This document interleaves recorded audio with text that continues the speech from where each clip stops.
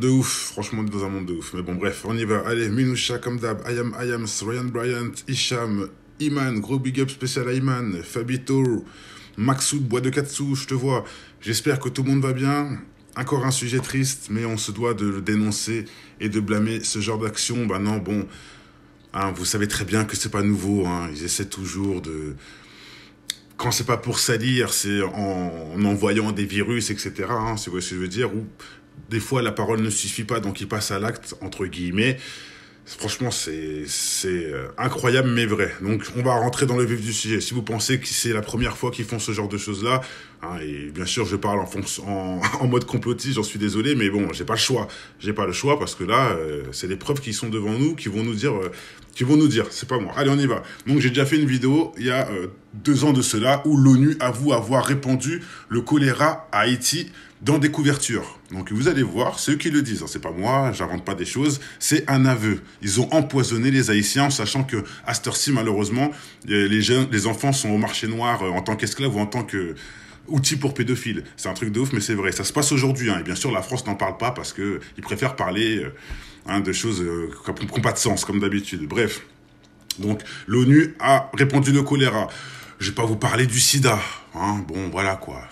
On a fait le tour. Hein, le sida n'est pas tombé en Afrique de manière anodine et il a pas poussé de la terre, hein, spécialement en Afrique comme par hasard. Non, c'est bien quelqu'un qui l'a envoyé pour faire certaines choses. Bah là, écoutez, on y va.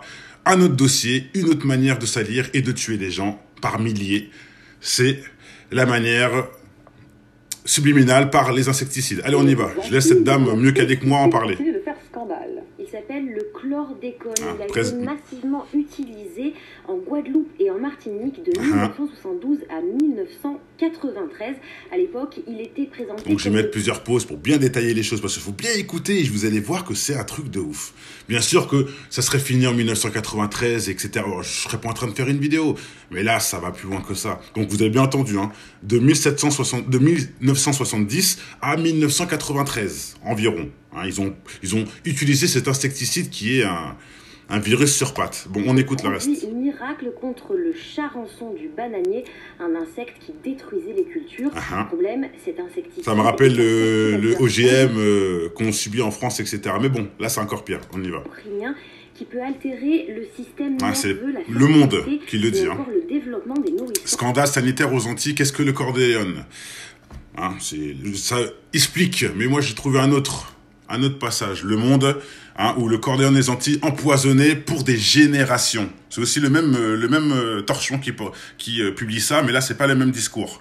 Le chlordécone, pardon. D'ailleurs, le chlore, on sait très bien que c'est un poison, mais bon, là, c'est une autre technique. Enfin, c'est un autre chlore différent, on va dire. Les Antillais empoisonnés, normal, pour des générations. Voilà ce que dit la planète. On continue. Vous pouvez vérifier, hein, c'est pas moi qui le dis, c'est eux-mêmes. Mais surtout, l'insecticide est fortement soupçonné... Ah oui, l'histoire du camion, j'ai vu ça, un truc de ouf. Du cancer de la prostate. Cancer de la prostate. Triste record du monde. Record du monde, hein. À cause de ces insecticides de merde, bien sûr amenés par les colons et j'en passe pour faire de l'argent sur nos gueules, pour le vendre 10 fois le prix. Pendant toutes ces années-là, ils ont contaminé les Antillais et ils ont le record de cancer de la prostate, les amis. C'est pas pour rien, hein. Et vous croyez que c'est lié à quoi tout ça, là? Hein? Je vais pas parler de la stérilisation, mais bon. Bref, je dis rien, on continue. Record mondial, les amis. Eh oui, c'est une autre technique, hein. Le sida, il tue directement. Eux, c'est petit à petit. Tu vois, c'est une autre technique. De personnes touchées par cette maladie, nous rappelle Le Monde. Le Monde qui révèle aussi une étude menée par Santé publique France qui fait un constat alarmant. La quasi-totalité des Guadeloupéens et des Martiniquais sont contaminés au chlordécone. Et voilà. Soit respectivement 95%. Ok, ça c'est super important, mes frères antillais. 95% sont atteints. 95%, les frérots. C'est pas une extermination de masse. On n'en parle jamais de ça, par contre. Non, on voit pas ça dans tous les médias. Oui, c'est fini. Ils vont nous dire que maintenant, c'est fini depuis des années, etc. Ça n'a pas de sens. Pourtant, c'est maintenant qu'on voit les cancers, etc. C'est maintenant que les chiffres ressortent de ce qu'ils ont fait il y a 10 ans. Et attendez, c'est pas fini. On continue. Franchement, c'est un truc de ouf. C'est un truc de ouf. Le problème, c'est que le pesticide a été interdit en France en 1990 seulement, soit 11 ans après qu'il soit classé cancérogène possible par l'Organisation mondiale de la santé. Il a même été autorisé 3 ans supplémentaires sur dérogation en Martinique et en Guadeloupe. Le résultat... Est-ce que vous entendez ce qu'elle est en train de nous dire là? Faut lire entre les lignes, mes amis. Il est interdit aux States depuis 1970, mais ils l'ont autorisé aux Antilles, ils ont même prolongé. Vous me croyez pas, les gars? Bah attendez, c'est très simple, c'est pas moi qui le dis, c'est votre propre Google. Google, le chlordécone, un insecticide organochloré qui fut utilisé aux Antilles de 1972 à 1993, les 3 ans justement supplémentaires, alors que c'était interdit depuis 1976 aux États-Unis. Mais non, pour les Antilles, c'est pas interdit, on balance tout ça et on le prolonge. Pourtant, ça a été retiré en France en 1990, soi-disant. Pourtant, en France, on n'a pas tous ces cancers de prostate et compagnie et compagnie. Ah, mais la France n'a pas besoin de ces insecticides-là puisqu'ils ne cultivent pas les bananes. Ah, d'accord, je comprends mieux pourquoi. Ça n'a aucun sens de parler de la France à ce niveau-là. Mais bon, les États-Unis, qui ont du soleil, etc. La Californie, j'en passe, Miami, Los Angeles, tous ces conneries-là. Bah, eux, ils peuvent faire des cultivations de bananes et j'en passe. Et ils l'ont interdit, par contre. Mais dès qu'ils l'ont interdit, là, vous avez fait quoi? Vous l'avez envoyé juste à côté. Eh oui, je sais, comme par hasard, c'est chez les Noirs, comme par hasard. Oh, puis donc, comme le sida, comme le choléra. Je vous remontre. C'est pas moi qui le dis, c'est vous, c'est vos propres bouches, c'est votre propre journaliste.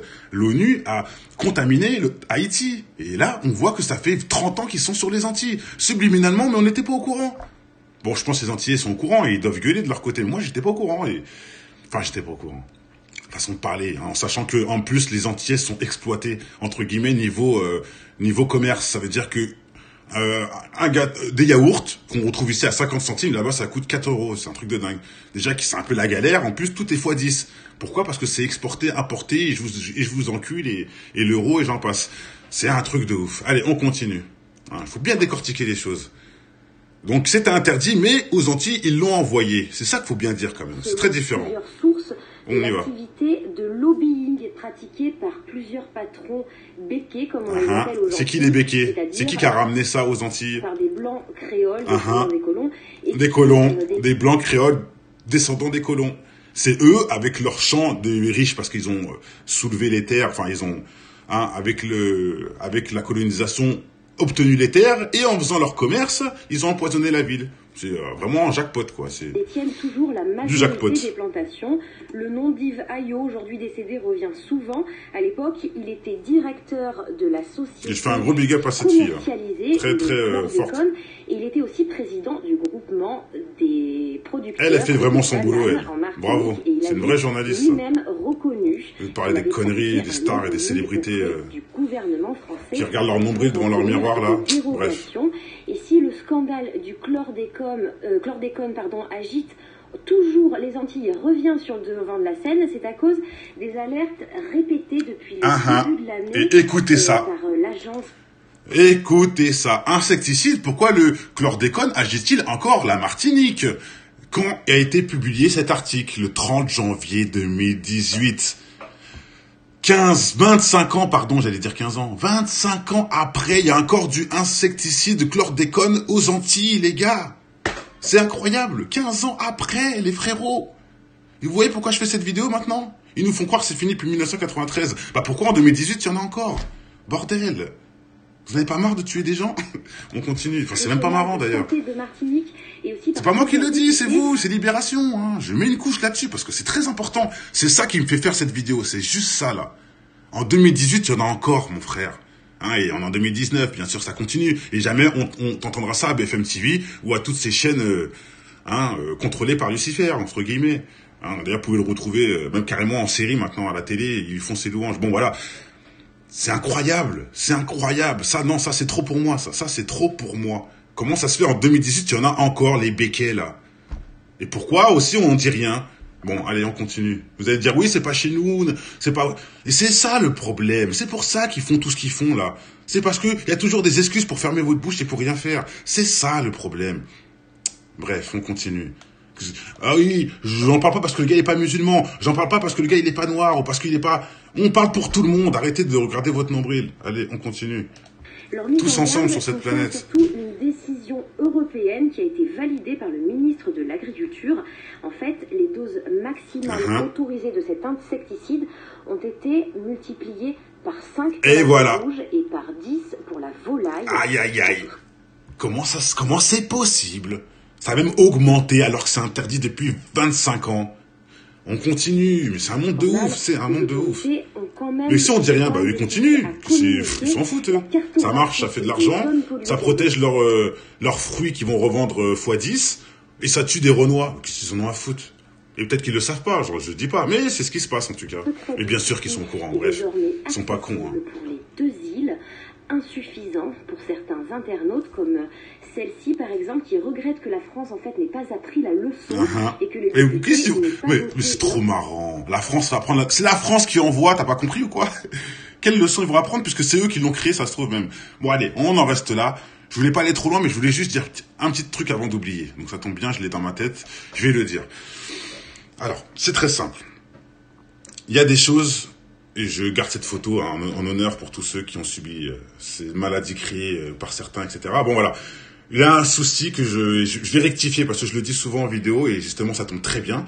Souvent, on me demande c'est quoi le but d'un musulman? Et souvent, on répond c'est d'aller au paradis. Et j'ai envie de dire que c'est quelque part, bien sûr que c'est une réponse valide, mais il y a un petit problème, il manque quelque chose. Et je dis souvent, moi, que en fait, on oublie de dire que je veux aller au paradis, mais je veux que mes enfants y aillent avant. Et même là, j'ai fait une erreur. En gros, je disais, moi, mon but, c'est quoi dans la vie? C'est que mes enfants aillent au paradis, et moi ensuite, tu vois, mais je mets les gens avant moi. Et c'est une erreur. Donc, je tiens à me rectifier et je tiens à donner ce conseil et cette leçon à toute la planète, si vous voulez l'entendre, bien sûr. Mais quand on nous demande, c'est quoi le but d'un musulman? Eh ben, ce que je vais répondre maintenant, j'arrêterai de faire cette erreur, je répondrai, c'est que le maximum de personnes aillent au paradis.